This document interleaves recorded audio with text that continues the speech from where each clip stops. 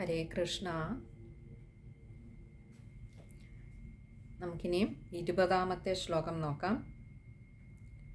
ഗോമൂത്രേണ സ്നാപയിത്വാ പുനർഗോരജസാർഭകം രക്ഷാം ചക്രുശ്ച ശകൃതാ ദ്വാദശാംഗേഷു നാമഭിഃ. നമ്മൾ കണ്ടുകൊണ്ടിരുന്നത് ആ പൂതനയുടെ ശരീരത്തിൽ നിന്നും എടുത്തുകൊണ്ട് വന്ന ആ പൊന്നുണ്ണിക്കണ്ണനെ തൊട്ട് മുൻപുള്ള ശ്ലോകത്തിൽ പറഞ്ഞു. ആ ഗോപസ്ത്രീകൾ ബാലരക്ഷയ്ക്കായിക്കൊണ്ട് ഈ ബാലാരിഷ്ടതകളൊക്കെ നീങ്ങാൻ വേണ്ടി തന്നെയല്ല, ഈ ഉണ്ണി വല്ലാതെ ഭയന്നിട്ടുണ്ടോ എന്ന് ആ ഗോപസ്ത്രീകൾക്കൊരു സന്ദേഹമുണ്ടായി. അപ്പോൾ അതുകൊണ്ട് ആ ബാലരക്ഷയ്ക്ക് വേണ്ടതൊക്കെ വിധിപ്രകാരം ചെയ്തു, വിധി പോലെ ചെയ്തു എന്നെടുത്തു പറയുകയുണ്ടായി. ഇനി അതെന്തൊക്കെയാണ് ചെയ്തത് എന്നാണ് പറയാൻ പോകുന്നത്. അതിലൊരെണ്ണം നമ്മൾ കഴിഞ്ഞ ശ്ലോകത്തിൽ പറഞ്ഞിരുന്നു. പശുവിൻ്റെ അടുത്ത് കൊണ്ടുപോയി പശുവിൻ്റെ വാലിൻ്റെ അഗ്രം കൊണ്ട് ഒന്ന് ഉഴിഞ്ഞു, ചുറ്റിനും ആ ഉണ്ണിയുടെ ദേഹത്തിന് ചുറ്റും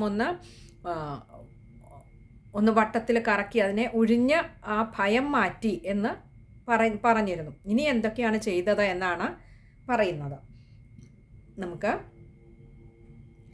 20ാമത്തെ ശ്ലോകത്തിലെ പദങ്ങളുടെ അർത്ഥം നോക്കാം. ഗോമൂത്രേണ എന്ന് പറഞ്ഞാൽ ഗോമൂത്രം കൊണ്ടും, അതായത് പശുവിൻ്റെ മൂത്രം കൊണ്ടും. അപ്പം പശു എന്ന് പറയുന്നത് അവർക്ക് ഈശ്വര തുല്യമാണ്. പശുവിൻ്റെ ഓരോ അംഗങ്ങളും പശുവിൽ നിന്ന് കിട്ടുന്ന ഓരോ ഉൽപ്പന്നങ്ങളും അവരെ സംബന്ധിച്ചിടത്തോളം ദൈവികമായ ഒന്നായിട്ടാണ് കണക്കാക്കുന്നതെന്ന് ഈ ഒരു ശ്ലോകം കൊണ്ട് തന്നെ നമുക്ക് മനസ്സിലാക്കാൻ പറ്റും. അവർ ആദ്യം പശുവിൻ്റെ വാലുകൊണ്ട് കുട്ടിയെ ഉഴിഞ്ഞുവെങ്കിൽ അടുത്തത് ഗോമൂത്രം കൊണ്ട് സ്നാപയിത്വാ, സ്നാനം ചെയ്യിച്ചു, കുട്ടിയെ ആ ഗോമൂത്രത്തിലൊന്ന് കുളിപ്പിച്ചു. എന്നിട്ടോ പുനർഗോരജസാർഭകം, പുനഃ ഗോരജസ അർഭകം, ഇങ്ങനെ 3 വാക്കുകൾ ചേരുന്നതാണ് പുനർഗോരജസാർഭകം. പുനഃ എന്ന് പറഞ്ഞാൽ പിന്നെയും, അതായത് ഇതുകൊണ്ട് നിന്നില്ല. ഇപ്പോൾ വാലുകൊണ്ട് ഒഴിഞ്ഞു, ഗോമൂത്രം കൊണ്ട് കുളിപ്പിച്ചു, പിന്നെയോ അവർക്ക് എത്ര ചെയ്തിട്ടും മതിയാകുന്നില്ല എന്നുള്ളതാണ്. കാരണം ഉണ്ണിക്ക് ഒരു തരത്തിലും പേടി തട്ടരുത് എന്നൊരു നിർബന്ധ ബുദ്ധി ഉള്ളതുപോലെയാണ് ആ ഗോപസ്ത്രീകൾ പെരുമാറുന്നത്. അതുകൊണ്ട് പിന്നെയോ ഗോരജസാർഭകം, ഗോരജസ് നമ്മൾ പറഞ്ഞു, ഗോവെന്ന് പറഞ്ഞാൽ പശു, രജസ് എന്ന് പറഞ്ഞാൽ പൊടിയാണ്. അപ്പോൾ ഗോരജസ് എന്ന് പറഞ്ഞാൽ പശുവിൻ്റെ കുളമ്പിൽ നിന്ന് പുറപ്പെടുന്ന പൊടിയുണ്ട്, അതിൻ്റെ ആ കുളമ്പിൽ പറ്റിയിരിക്കുന്ന അത് നടക്കുമ്പോൾ അല്ലെ അതിൽ നിന്ന് ഇങ്ങനെ പാറിപ്പറക്കുന്ന ആ പൊടി കൊണ്ട് അർഭകം, അർഭകം എന്ന് പറഞ്ഞാൽ ഈ കുട്ടിയെ, ഈ ഉണ്ണിയെ, നമ്മുടെ പൊന്നുണ്ണിക്കണ്ണനെ രക്ഷാം, രക്ഷാം എന്ന് പറഞ്ഞാൽ രക്ഷയ്ക്കായിക്കൊണ്ട്, അതിൻ്റെ രക്ഷയെ ചക്രുശ്ച, ചക്രുഹു ച, ഇങ്ങനെ 2 വാക്കുകൾ ചേരുന്നതാണ് ചക്രുശ്ച. ചക്രുഹു എന്ന് പറഞ്ഞാൽ ചെയ്യുക, ചക്രുശ്ച എന്ന് പറഞ്ഞാൽ അതും ചെയ്യുകയും ചെയ്തു. അപ്പോൾ ഗോമൂത്രം കൊണ്ട് കുളിപ്പിക്കുക മാത്രമല്ല, ആ പശുവിൻ്റെ കുളമ്പടിയിലെ പൊടി കൊണ്ട് വേണ്ട രക്ഷകളൊക്കെ ആ പൊടി ഉപയോഗിച്ചും ചെയ്തു. അപ്പോൾ പശു എന്ന് പറയുന്ന ഒരു ഈശ്വരീയ സങ്കല്പമാണ് പണ്ട് മുതലേ എന്നുള്ളത് ഈ ഒരു ശ്ലോകം തന്നെ നമുക്ക് വ്യാസഭഗവാൻ വ്യക്തമാക്കി തരുന്നുണ്ട്. ആ പശുവിൻ്റെ നമുക്ക് ഭഗവാന്റെ കയ്യിൽ നിന്ന് എന്ത് പ്രസാദമായി കിട്ടിയാലും അതെന്ത് തന്നെ ആയാലും അതിലൊക്കെ നമുക്കൊരു ആനന്ദം കാണുന്നത് പോലെ ഈശ്വരൻ്റെ ഭാവമായി ഗോവിനെ കാണുന്നത് കൊണ്ട് തന്നെ ഗോവിൽ നിന്ന് കിട്ടുന്നതെല്ലാം ഗോവിനെ പോലെ തന്നെ ഈശ്വരനെ പോലെ തന്നെ ശുദ്ധീകരിക്കുന്നതാണ് എന്നൊരു വിശ്വാസത്തിലാണ് അവർ ഇങ്ങനെ ഗോവിൻ്റെ പലതരത്തിലുള്ള ഉൽപ്പന്നങ്ങളെ കൊണ്ട്, ഗോമൂത്രമായിക്കോട്ടെ, പശുവിൻ്റെ വാലായിക്കോട്ടെ, പശു കുളമ്പടിയിലെ പൊടി പോലും അവരെ സംബന്ധിച്ചിടത്തോളം ദൈവിക ഭാവമുള്ളതാണ്. അതിനുപോലും ഒരു ശുദ്ധീകരണ സിദ്ധിയുണ്ട് എന്ന് കാണിച്ചു തരികയാണിവിടെ. അപ്പോൾ അങ്ങനെ വേണ്ട വിധത്തിൽ അതും ചെയ്തു.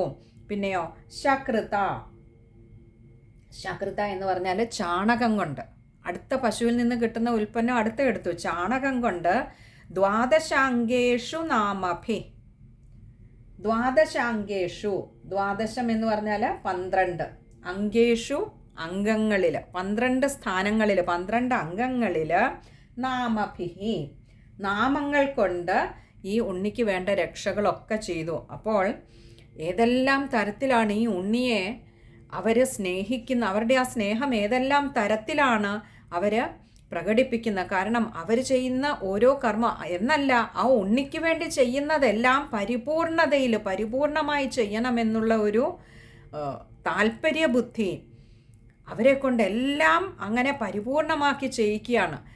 പശുവിൻ്റെ വാലുകൊണ്ട് ഒഴിയേണ്ടത് ഒഴിഞ്ഞു, ഗോമൂത്രത്തിൽ കുളിപ്പിച്ചു, പിന്നെയോ പശുവിൻ്റെ കുളമ്പടിയിലെ പൊടി കൊണ്ട് വേണ്ട ശുദ്ധീകരണം ചെയ്തു. അതും കഴിഞ്ഞിട്ട് ചാണകം ഉപയോഗിച്ച് കുട്ടിയെ ശുദ്ധീകരിച്ചു. പിന്നെയോ 12 അംഗങ്ങളിൽ നാമങ്ങൾ കൊണ്ടും ശുദ്ധീകരണം ചെയ്തു എന്ന് പറയുകയുണ്ടായി. അതായത് നമ്മുടെ 12 അംഗങ്ങളിൽ ഇതിനെക്കുറിച്ച് ഈ 12 അംഗങ്ങളിൽ ഭഗവാന്റെ 12 നാമങ്ങൾ എഴുതിയിട്ടാണ് ശുദ്ധീകരണം നടത്തുന്നത്. അപ്പോൾ ആദ്യം 12 നാമങ്ങൾ ന്യസിക്കും. അതിനുശേഷം ഭസ്മം പുരട്ടിയിട്ട് അതാത് അംഗങ്ങളിൽ ഓരോ നാമങ്ങൾ, ഓരോ അംഗങ്ങൾക്ക് ഓരോ നാമങ്ങളെന്നുണ്ട്, അത് എഴുതിയിട്ട് അങ്ങനെ അതാത് അംഗങ്ങളെ അപ്പോൾ അതാത് നാമത്തിലുള്ള ഭഗവാൻ ശുദ്ധീകരിക്കും അല്ലെങ്കിൽ സംരക്ഷിക്കുമെന്നാണ് വിശ്വാസം. ഇതിനെക്കുറിച്ച് പത്മപുരാണത്തിൽ വളരെ വിസ്തരിച്ച് തന്നെ പറയുന്നുണ്ട്. ഇതിൽ അംഗങ്ങൾ 12 അംഗങ്ങൾ എന്ന് പറയുന്നത് നെറ്റി, വയറ്, മാറിടം, അതേപോലെ തൊണ്ടക്കുഴി, വലത്തെ വരിപ്പള്ള, വലത്തെ കയ്യ്, കഴുത്തിൻ്റെ മുൻഭാഗം, അതുപോലെ തന്നെ ഇടത്തെ വരിപ്പള്ള, ഇടത്തെ കയ്യ്, കഴുത്തിൻ്റെ പിൻഭാഗം, പിന്നടുത്തത് പൃഷ്ഠഭാഗമുണ്ട്, അരക്കെട്ടുണ്ട്. ഇങ്ങനെയുള്ള 12 സ്ഥാനങ്ങളിലാണ് ഭഗവാന്റെ 12 നാമങ്ങൾ എഴുതുന്നത്.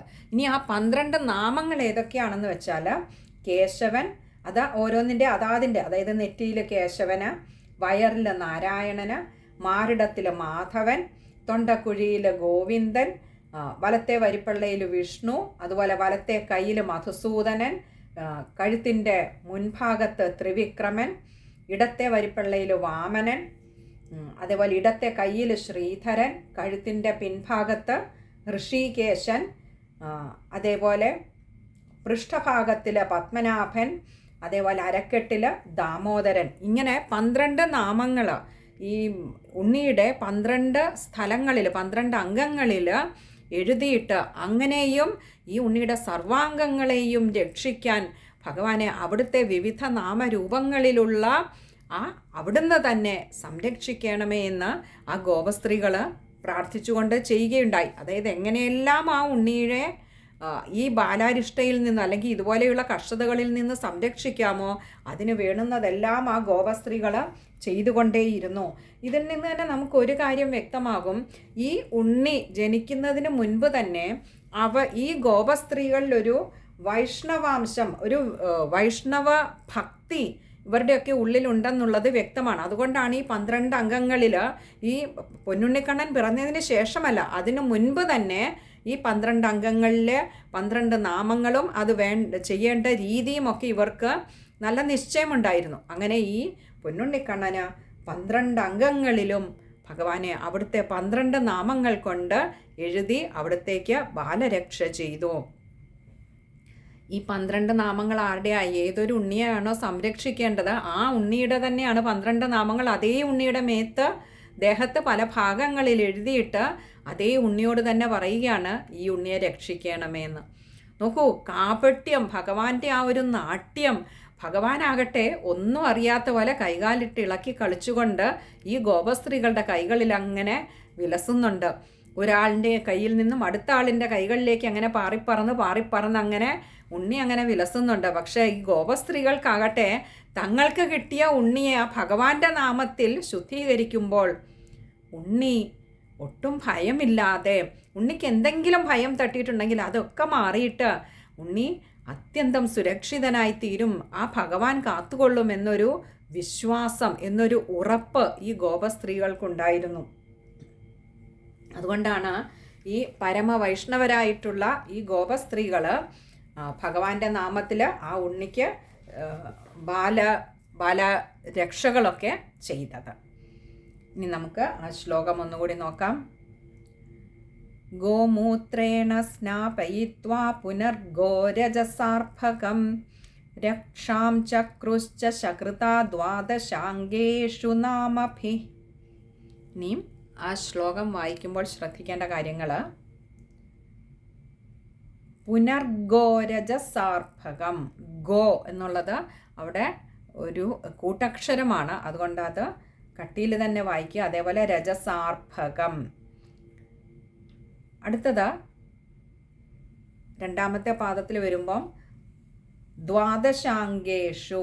അങ്കേഷു ആണ്, ഗായാണ്. കകാരം വരരുത്, ഗായിൽ തന്നെ വായിക്കുക. അങ്കേഷു അല്ല, അങ്കേഷു ആണ്, ഗായാണ്. അതുപോലെ നാമഭി, അവിടെ ഒരു വിസർഗമുണ്ട്, പകുതി ഹകാരത്തിൽ വായിച്ചു നിർത്തുക.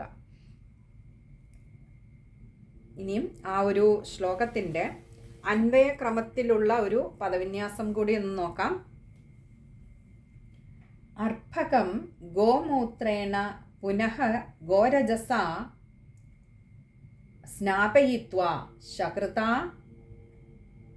ദ്വാദശാംഗേഷു നാമഭി രക്ഷാം ചക്രുഹു ച. ഒന്നുകൂടി പറയാം. അർഭകം ഗോമൂത്രേണ പുനഃ ഗോരജസാ സ്നാപയിത്വാ ശകൃതാ ദ്വാദശാംഗേഷു നാമഭി രക്ഷാം ചക്രുഹു ച. ഇത്രയും കാര്യങ്ങളാണ് ആ ഒരു ശ്ലോകത്തിൽ അനുസ്മരിക്കാനുള്ളത്. നമുക്കറിയാം, നമ്മൾ ഇടയ്ക്കൊക്കെ 2 ശ്ലോകങ്ങൾ എടുക്കാറുണ്ട്. പക്ഷേ ഇന്ന് ഈ ഒരു സത്സംഗത്തിൽ ഒരു ശ്ലോകം എടുത്ത് നിർത്തുകയാണ്. കഴിയുമ്പോഴൊക്കെ അത് 2 ശ്ലോകം 3 ശ്ലോകമൊക്കെ വെച്ചെടുക്കാമെന്ന് കരുതുന്നു. ഹരേ കൃഷ്ണ.